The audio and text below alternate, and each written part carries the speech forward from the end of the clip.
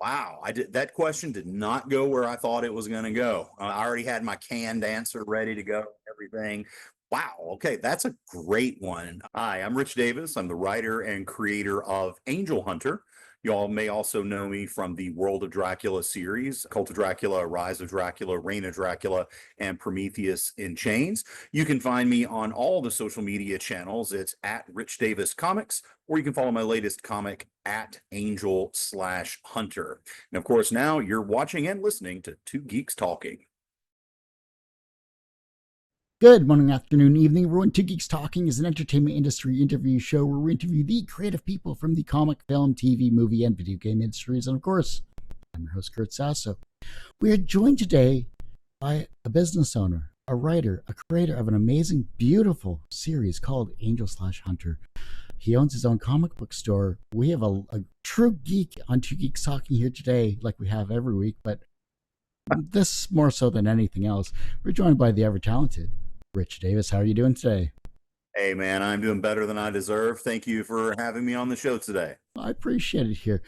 You know, for those that don't know anything about yourself as a creative person, tell us who you are and what you're bringing to Two Geeks Talking today. I am most widely known, if you guys know me at all, for the World of Dracula comic book series. My first book was Cult of Dracula, followed that up with Rise of Dracula, then Reign of Dracula, Prometheus in Chains, which is my latest take on Mary Shelley's Frankenstein set in the post-World War II atomic age. The trade paperback just hit shelves worldwide in January. You can find it in comic book stores or anywhere Simon & Schuster books are sold.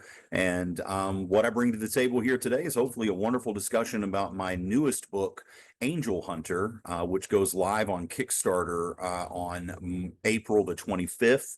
It's a seinen manga inspired story told in the American comic book style. It's an epic dark fantasy about humanity's first strides after being expelled from Eden, and humans have to claw out an existence in a world dominated by the 13 fallen angels and their army of kaiju Nephilim. So, a couple of things to talk one or two. Now, let's dive into the origin story of Angel Hunter here, because I think this is really fascinating. Look, the artwork is extremely beautiful. We'll talk about your team. Obviously, we have to when it comes to this respect, because it blew me away just from the first pages I got to see. And I'm gushing here, but it was really incredible. I loved that here. And the script as well was really well written. I got to read that too. So that was really good. Was there a specific moment, image, or idea that just sparked this entire concept, or did it evolve over time? A little of both. It started kind of as a lark. I had just finished writing issue 2 of Reign of Dracula, and a couple of weeks prior to that, I had finished the final pages of Prometheus in Chains. So I was into some really heavy, dark horror stuff. I tell people Prometheus in Chains is by far the most difficult thing I've ever written because it's such a dark, deep dive into my own post-traumatic stress disorder. And it was difficult, very, very difficult to write. So I needed a break. And I'd been watching a lot of anime, reading a lot of manga, just for fun because it was different. It broke the monotony of my usual comic book life, if you will. And so I had just finished watching this show called Goblin Slayer. And it's really dark and twisted. If you're under the age of 90, I don't recommend watching it. I don't think you're mature enough for it. But it also had this really cool levity to it. It had some really nice lighthearted humor. And so I just I need a break. I'm going to sit down. I just had this idea. I sat down and I started writing. I wrote like an 8-page little short story, maybe for an anthology or whatever. Really didn't plan to do anything with it. I was just having fun. It was about these 4 heroes with no names. And they make a big joke about being heroes with no names. They go into this cave and they're going to thwart a ritual from the demon lord Moloch, who is creating Nephilim by ripping babies out of women's stomachs who were forced to breed with angels. So, typical lighthearted, everyday Tuesday stuff. Even my fantasies have a little bit of a dark turn to them. But so yeah, I was writing it and I had a lot of fun. I mean, I hadn't had fun like this since probably writing Rise of Dracula issue 3, because it was a fun, fast issue as well. And so I took the 8 pages that I'd finished and I sent them over to Les Garner, who is my artist. We're co-creating Angel Hunter together. I sent it over to him and I said, what could you do with this? And he was looking at it and he was like, I like it. We can do a lot with this. And then I told him that I wanted to do it in the manga style, and he was like, "Oh, I can't do that. No." But we talked about that part, and obviously you can see by the art that it worked. But yeah, that's really the genesis of Angel Hunter. It kind of started as a joke and turned into something that I'm extremely passionate about, and I truly feel like we've got something special with this book. I have the same feelings about Angel Hunter that I had about Cult of Dracula.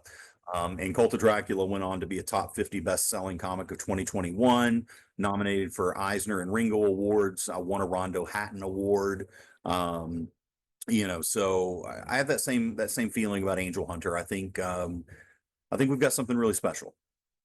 Yeah, that's what I loved about it, because it blends familiar tropes with, focusing on characters. And I think character development and design is rather important when it comes to, especially script writing, whether it's TV or film, or whether it's in comic or a novel for that matter.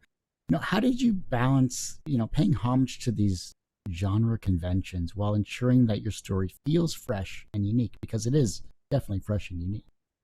No, thank you. Yeah, that was a very delicate balance, because this is a manga inspired dark fantasy. I'm careful not to call it a manga because manga has very special meanings to the Japanese culture. It's a very important medium for them to enjoy stories. So going into it, I wanted to be exceptionally respectful and to adhere to the rules and the framework of how a manga story is told, the certain types of characters that you need to have, the style of appearance. Even though manga isn't just shonen manga like One Piece and Pokemon, it's a very diverse storytelling medium, and we leaned a bit more toward Berserk, Attack on Titan, Battle Angel Alita. That was kind of the style that we went, but we wanted to make sure that we respected the rules of hairstyles for certain characters, as an example, because the hairstyle for a character gives the audience or the reader a clue as to who this character is going to be. Certain characters have certain hairstyles, and then of course the proportional aspect of the art, with the eyes being exaggerated, and the faces sort of resembling cats. We wanted to adhere to those things, but we also wanted to tell our story. And both Les and I have a strong background in American comics, so we never let the rules get in our way, but we always let the rules define the world we were playing in. And I think the final result, I think we threaded that needle pretty well. I think fans of manga and anime are going to see the things that they love and they're familiar with, and fans of American comics, they're still going to get the things that they look for in a book. And then both sides can learn a little bit about each other's methods of storytelling. So yeah, I feel really good about Angel Hunter. I think we've respected the Japanese cultural attachment to manga while still doing what Americans do best, which is take something, make it our own, and do something cool with it. Honestly, the reverse can be said about the Japanese culture in itself, because reverse engineering seems to be cultural as well as ubiquitous across the world when it comes to finding something that people can gravitate. What's your process for adapting these ancient stories into something accessible and engaging for the modern readers? And then the part two is, have you ever faced pushback or hesitation when using religious type theme? Yeah, that was probably the second most difficult thing that I had to do while writing Angel Hunter, because anytime you're dealing with a people's religion, you're dealing with something exceptionally personal to them. And so you, as delicately as we had to handle the manga cultural influence in Japan, we had to exponentially pump that up in being delicate with dealing with people's religions. I'm a person of faith myself, so I maybe approach it differently than some people would. I had a concern about not offending people of other faiths. Some comic book creators, they don't care, they just go in and do whatever they want to, and you deal with the fallout. But I didn't want Angel Hunter to have a shock jock value. I wanted it to be something that people would connect with and resonate with, and just find an appreciation for the subject matter, regardless of what your personal religious beliefs are. So the only way that I was able to do that is by treating all of the source material as mythology. So I treated it exactly the same way as I would treat Norse mythology or Greek mythology or Egyptian mythology. I took the faith aspect out of it, and I looked at it purely as stories for source material. And to be 100% honest, I dealt very little with the actual Bible itself, very, very little with the Quran itself, and very, very little with the Torah. But I did draw from all of these sources. While I was doing my research, I discovered that the things we know about angels, most of them don't actually come from the Bible, at least in regard to things like the war in heaven, Lucifer being cast out, things of that nature. Most of that comes from the Book of Enoch and other apocryphal books. A lot of it comes from the works of Milton. There's a great deal from apocryphal books that were banned from the Torah. We pull in some Mesopotamian mythological influences and some Islamic as well, because they covered angels and the fallen angels specifically a lot more than the Bible did. From those sources are where we get the concepts of angels rebelling because they didn't want to kneel before humans who they considered mud creatures, and Lucifer and his cohorts being cast out, the Watchers observing human women and lusting after them and creating the Nephilim, the giants. None of that comes from the Bible. It all comes from the Apocrypha, a lot of it from the Book of Enoch, and a great deal again from Milton and Dante. The things we know about the different choirs of angels and the principalities of demons, those things, most of them don't come at all from the Bible. They come from apocryphal sources. So, again, treating everything like a mythology and just going where the mythology takes me. And then exploring, the fringes of the religious source materials. I think that helped me to balance the story that I wanted to tell with, again, paying respect to people's personal religious beliefs and their cultural backgrounds. Your characters are incredibly relatable, even in a dark fantasy setting that you have created here. What's your method of creating emotional depth? And do you draw from personal experiences, or do you have a specific framework for building empathy? I think whether we'll admit it or not, as creators, everything we write comes from somehow, some way, from our own personal experience. I can't say that any of my characters are directly influenced by anybody I've known in my past or currently know. They're definitely an amalgam of many people that I've met in my life. To answer your question of how do I create characters, I don't necessarily create characters. I think the characters are already there. I just kind of have to chisel them out a bit. It's kind of like Michelangelo always said that he didn't sculpt anything, it was already there. He just chiseled away the excess. I'm very much a gardener when it comes to my method of storytelling, which, real quickly, there are basically two major styles of writers. There are architects who adhere to very, very strict outlines. And the benefit to that being that they're always going toward a point. So their climaxes, their big moments almost always hit.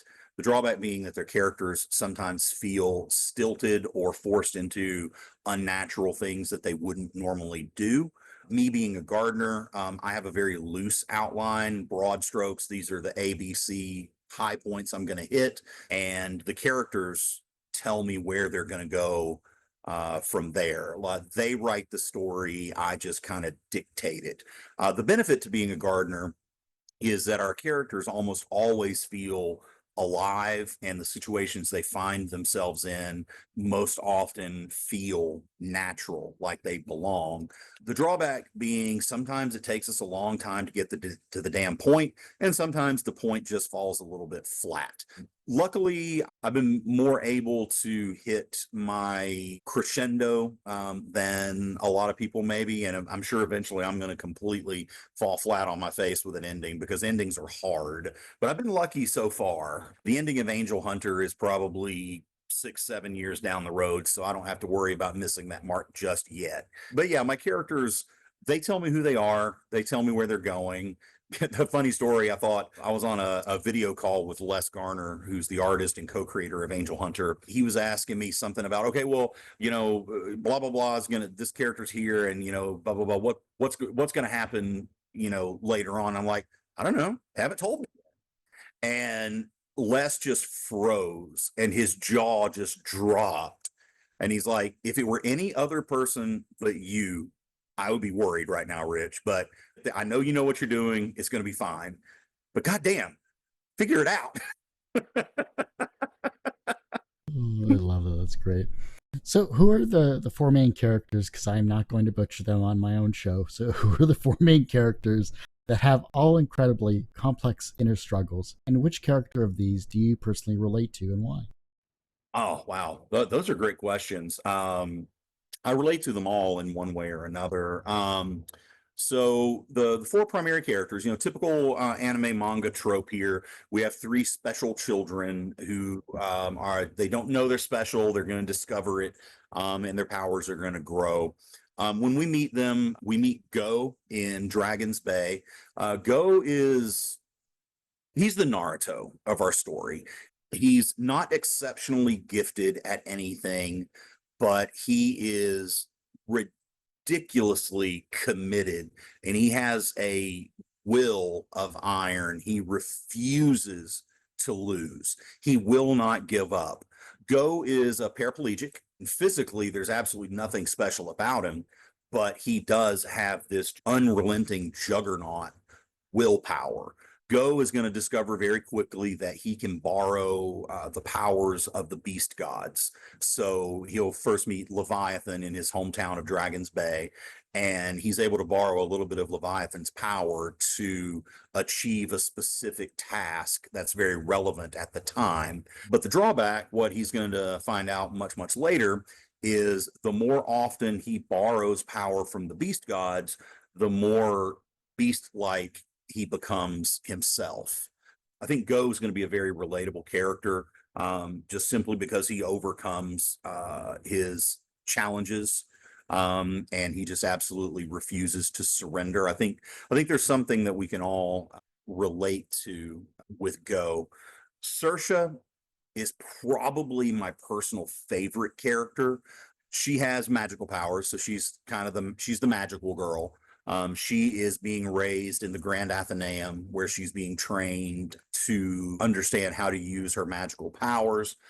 She has the ability to manipulate darkness. She can turn it into tangible things, such as in the very first volume, she's able to manifest these tendrils of darkness that snap into her enemies' bodies, grasps their souls by the spine and rips them out. And then she consumes those souls, and it drives her magical power.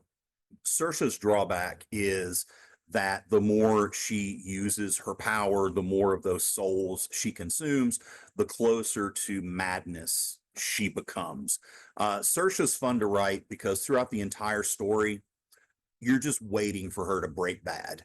You just have it in the back of your mind that she's going to be a villain, and she is exceptionally tempted every single step of the way. And the fun part of her story is deciding how long she's going to fight it, when or if she's going to give into it. And if she does give into it, what's she going to do with it? I like to tell people that I don't write heroes and villains. I write protagonists and antagonists, and I leave it up to the reader to decide who's heroic and who's villainous, because I think the best villains all think they're doing things for the right reasons. And now that's not to spoil and say that Saoirse is going to break bad. It's just out of the three that we meet in the beginning, she's the most likely to break bad, because all three of these characters, they have to decide really, because this isn't giving anything away. You see it from the very beginning. They're Nephilim themselves. They're half human, half angel.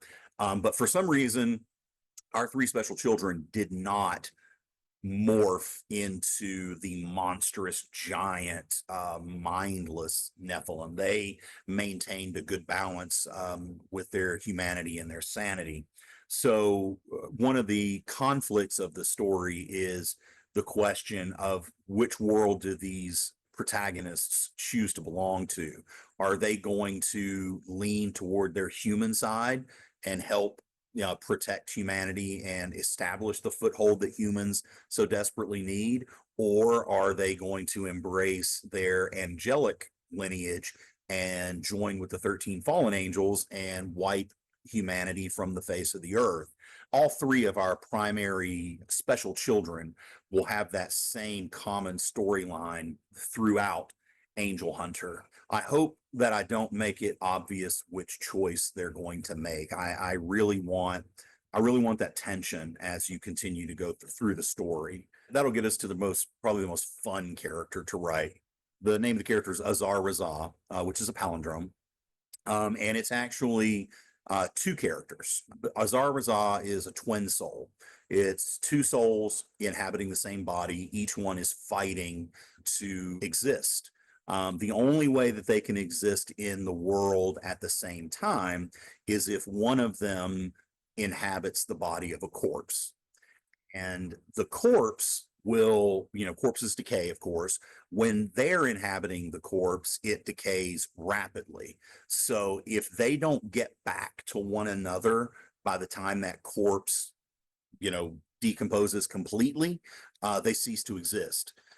So it's been really fun to write scenarios, even though in volume one, you only get to see that a little bit. Their struggle, we're just teasing your introduction to it. But writing further volumes, it's been a lot of fun to write them. Azar is the male half. He's very strategic, very calculating, very cold. He definitely fills a role in the traditional manga storytelling style. There needs to be a character like him. And then Raza is his twin sister, I suppose. She's kind of insane, but she's also extremely fun. She's more of the id, the embrace the impulses, do what she wants to do. Don't think about it too much or it'll slow you down type. That's kind of her approach to things. So they're a really fun pair of characters to write, because sometimes they're arguing with themselves, like literally, we're talking like Lord of the Rings style, Gollum on the stones or whatever. They're fun because they give me an opportunity to add a lot of levity to the story. A lot of the humorous moments, the comedic moments in the story come from Azar Raza, mostly from Raza. But they're a perfect Laurel and Hardy setup. You got the straight man and you got the kooky guy, Raza being the kooky person and Azar being the straight man. They've been really fun to write. I've enjoyed writing their stories because I can write something really dark, about, demons ripping infants out of, pregnant women's bellies. I can write that for 2 days and then jump in and spend an afternoon writing in Razaz's brain, and everything's fine from there. And then the last of our four primary protagonists is Shiroi Majo. She is the White Witch of Edessa. She is the high priestess in the Temple of the Radiant God and general protector of the realm. She's known as the last surviving hero of the Third War of the Fallen. And that war was where Moloch was defeated and banished to the netherworld, and his efforts to raise the Prince of Demons was thwarted. That was called the Third War of the Fallen. And Shiroi Majo is believed to be the only survivor of that war. In secret, what we don't know, what's not immediately obvious, is that she is actually one of the fallen angels herself. She was one of the angels who remained neutral during the first War of the Fallen, which was the war in heaven where the angels were cast down to earth. But because she didn't take a side, she was punished for that and tossed out with those who actively rebelled. She's kind of built the persona of Shiroi Majo as a shield to protect her, and then the temple to the Radiant God in the city of Lycidia, which is the only true city in the realm of Edessa. Everything else are just teeny tiny little scattered villages and nomadic tribes, things like that. But she's kind of made that a fortress around her, to protect her both literally and figuratively, because she doesn't want the world to know yet that she's one of the fallen, because that could go very bad for her. Yeah, hers has been probably the most complex story to write, because you've got to deal with a whole lot of politics and things like that. I think all four of those characters together give us a great team of protagonists with some very interesting stories to tell. There's a lot of different roads we can go down to explore their characters in more depth. Duality seems to be like that common theme with your characters. There's a positive, there's a negative. I think that's a great style of writing, and I think a lot of people who don't plan out their characters don't dive into that enough. They just think of the positives, or they think of the story points, and that, I want to get from point A to point B.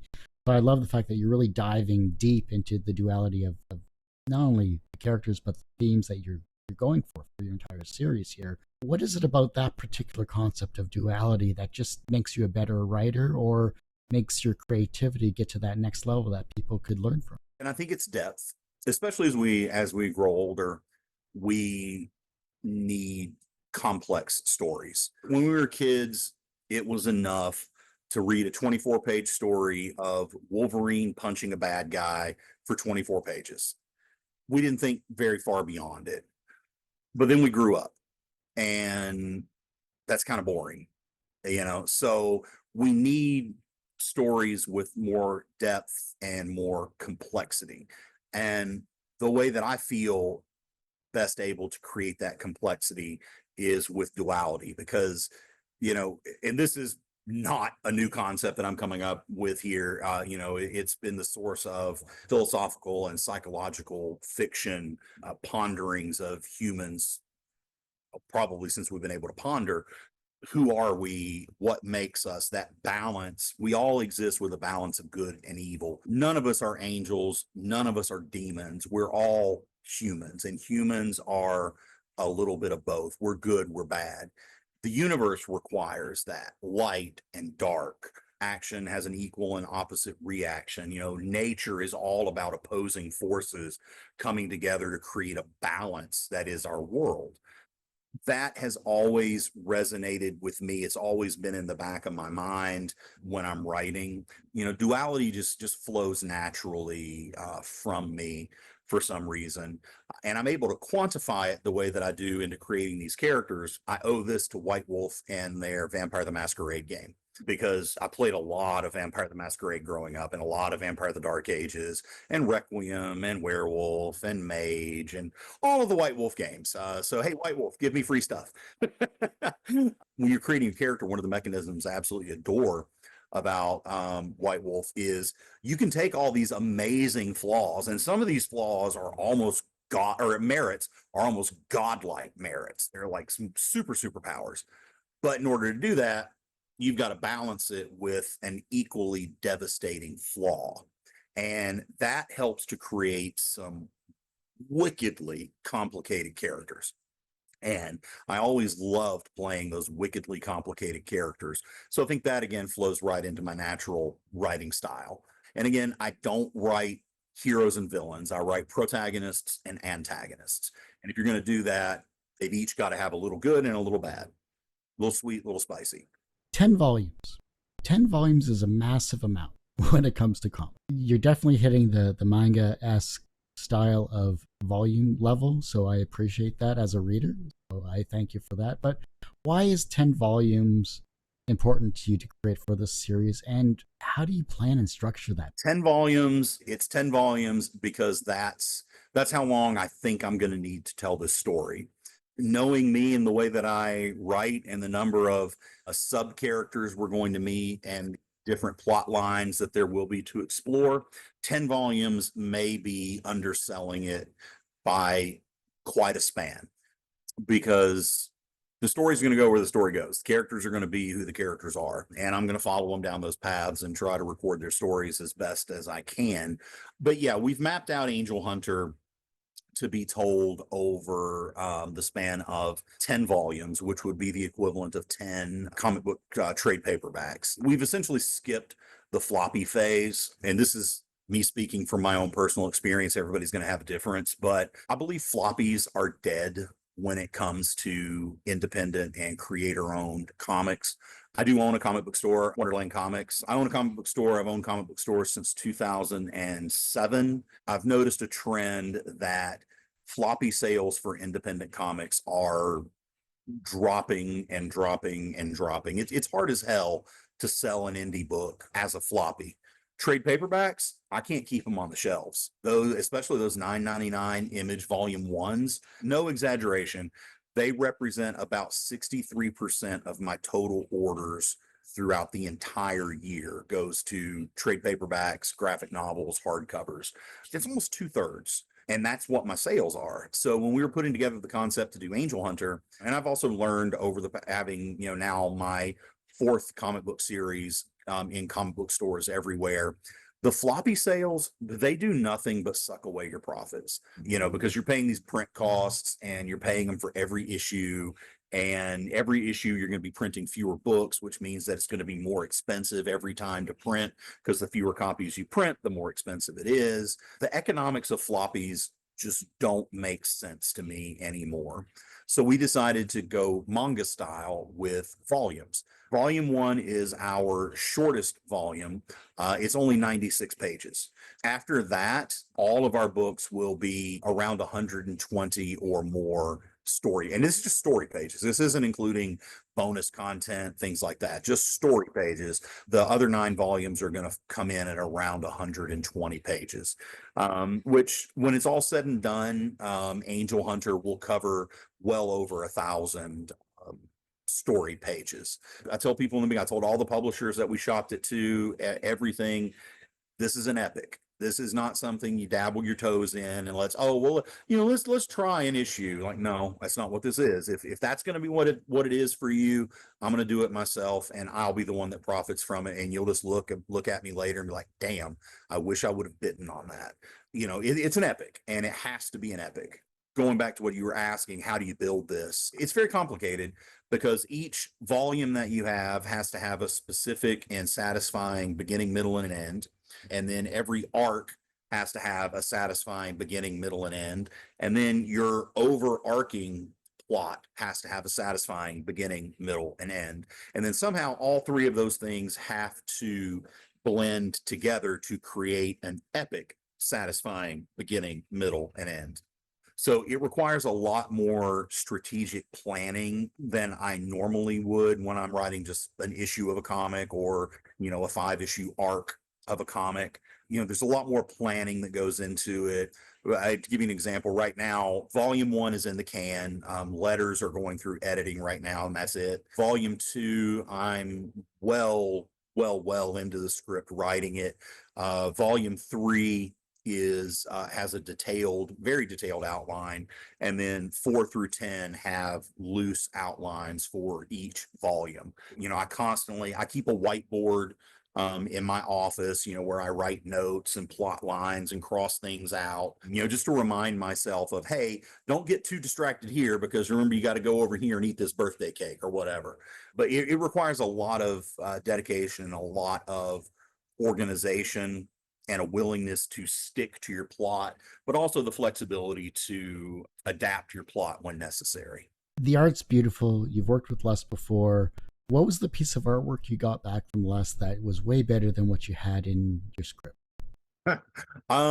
Pretty much every page after he accepted that we were doing a manga inspired book. Les and I, we're like brothers. I mean, Les has literally worked on every book I've ever done in some capacity or another, either as a cover artist, or he did backup inks on Prometheus and Chains. Les has been involved with every book I've ever done, and we love each other, and we fight like hell. I mean, we argue and get pissed at each other all the time.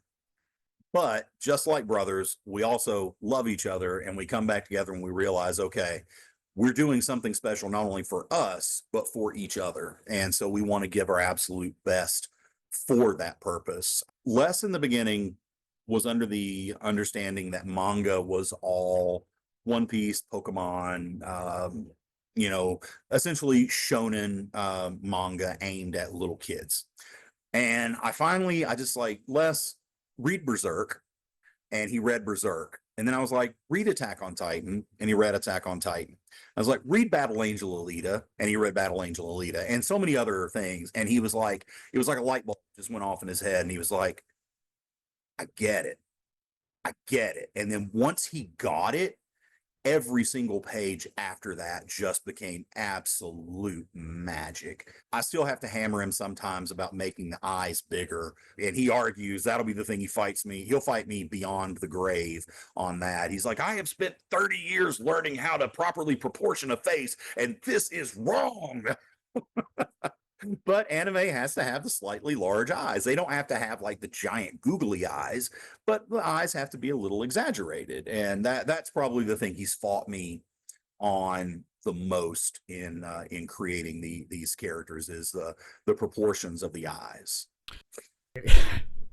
This is kind of funny in my own mind, but I'll just say it out here now. Take an image, like a JPEG, put googly eyes on it, send it back to him. Actually, that's a really good idea. It's like, Les, I'm just going to go through the book and just replace all of your eyes with googly eyes, and much better. And then you'll kill me. Yeah. Sorry, I broke up your creative partnership. So just dark sense of humor in my mind. Just made it so much better. Look at and everybody likes googly eyes. Oh, God. I mean, who doesn't look at googly eyes and chuckle? You have to. I mean, have you ever seen googly eyes in an alligator? It's hilarious. Oh, God. It's terrifying, but it's hilarious.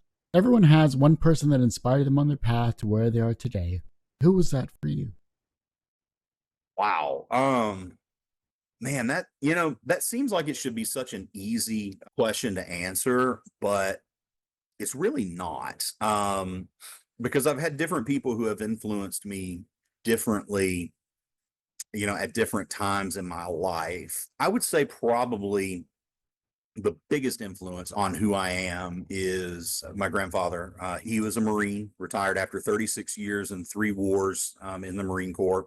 And growing up, to me, he was Captain America. Everything I read in the comics, I just imagined that was my grandpa doing. He taught me a lot about how to be a good person. I'll never forget 2 huge moments that really stood out that I think really shaped my character. And they'll probably seem completely unrelated to writing comics. But when I was a kid, I grew up in Middle Tennessee, way, way out in the sticks of Appalachia. And of course, everybody goes hunting. So I talked my grandpa and my dad into taking me hunting one day. I'm out there, and we're waiting around forever. And finally a deer comes up, and I had a shot.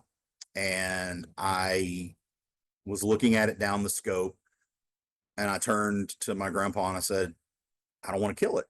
And he said, then don't.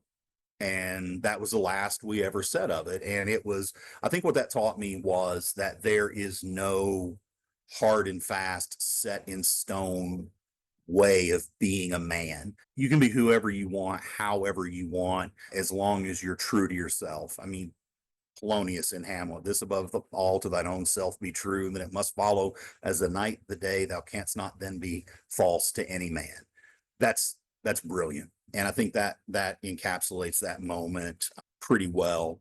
Another very influential moment from my grandpa in my life, when I was in high school and I was going to join the Marine Corps. I was going to do, follow my grandpa's footsteps. And he told me, he said, son, he always called me son. He's like, son, the Marine Corps will give you an amazing life if you want it. But if you can do anything else, do it. And I think that taught me to kind of say to hell with what people expect me to do and to do what I want to do. I think my grandpa taught me a whole lot about being myself and not necessarily conforming to what the world expects me to be. And I don't think I would be who I am without those and similar lessons in my life. So yeah, I would say that my grandpa probably had the strongest influence on how I turned out. It's beautiful. I like that. From a professional standpoint, you have created 4 amazing comic series. You've done amazing work as well, but we haven't dived into, which means you have to come back on the show, talk about whatever else you've done, because I would definitely want to have you back on. Anytime. I would love to come back. This has been a lot of fun. Because I'd love to pick your brain about business, about comics, about everything like that. From a professional standpoint, you are successful.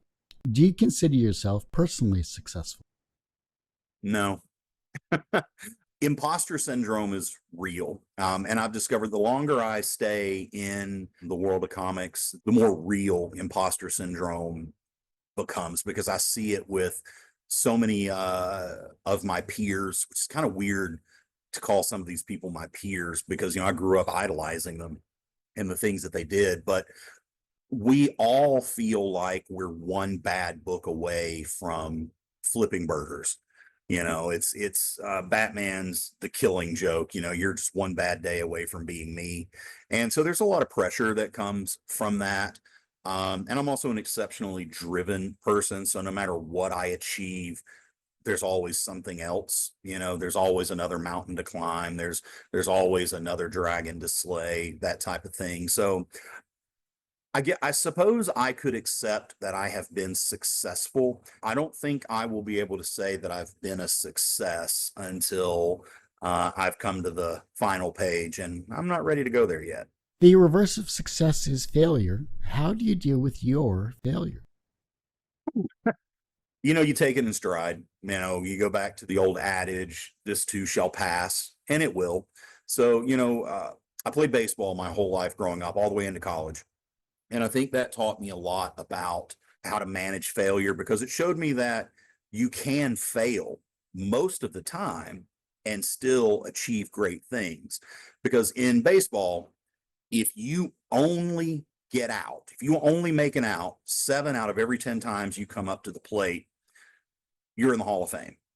So 7 out of 10 times that you do what you're supposed to do in the game of baseball and you fail, and you're still in the Hall of Fame, that tells you that one failure or even a stack of failures is not enough to bring you down.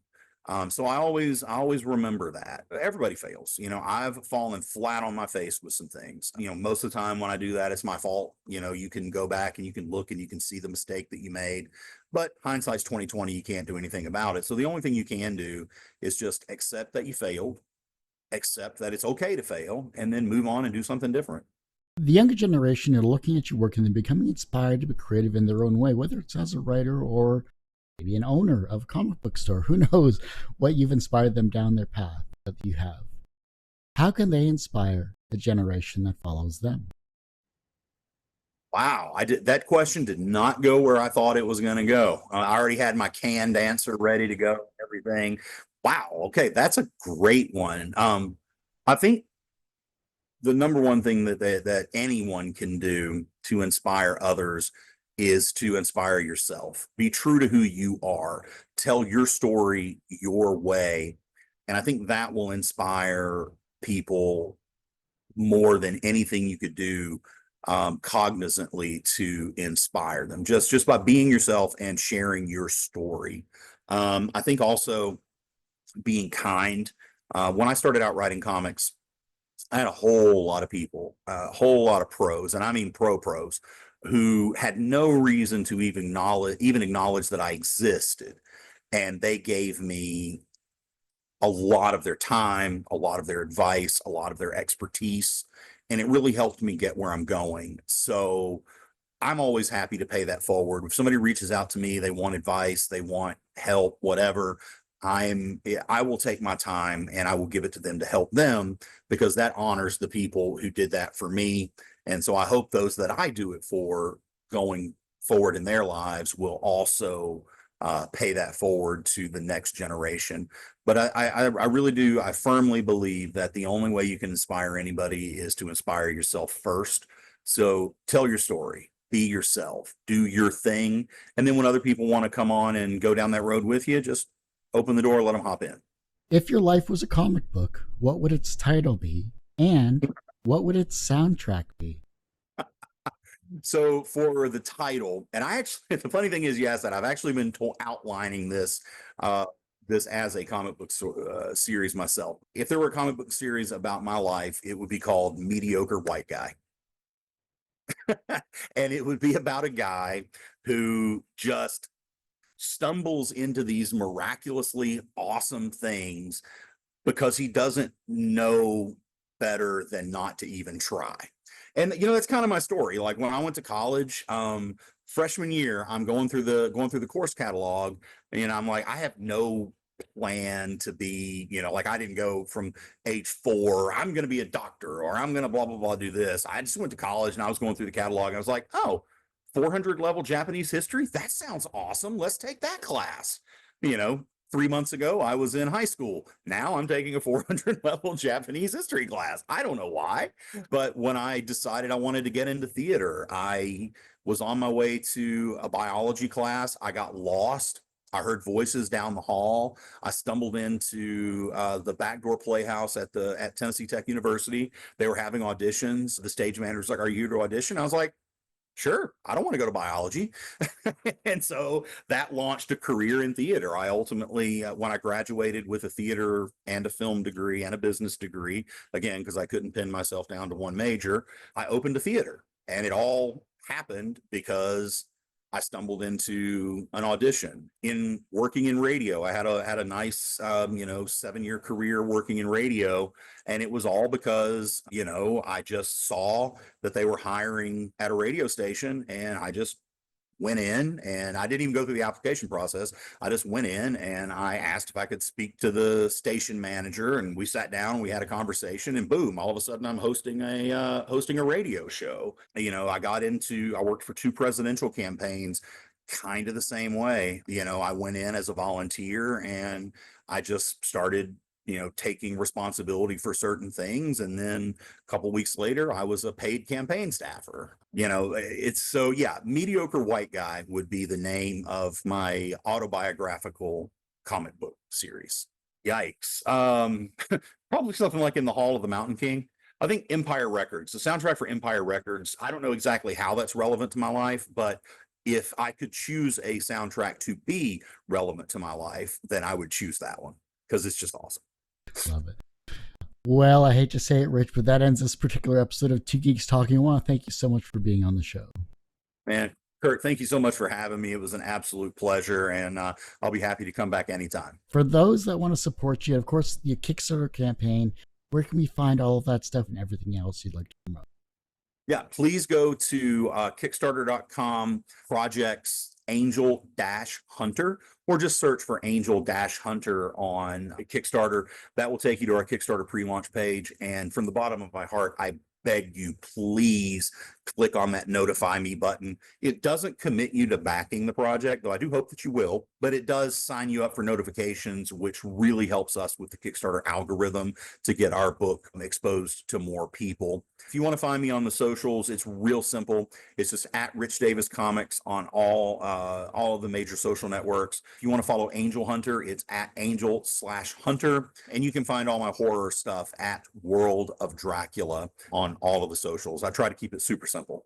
Well, unfortunately, that ends this particular episode of Two Geeks Talking. You can, of course, find this interview and 1,200 plus others on our YouTube channel because my website is completely borked. youtube.com/TGT Media. You can, of course, find all of our podcasts on twogeekstalking.podbean.com. That's TWO, not the number 2. That is something you don't want to go to. TWO. It's a word. Use it. As I say every week, everyone has a story to tell. It's up to me to help bring that out. Thanks for listening and watching on Two Geeks Talking.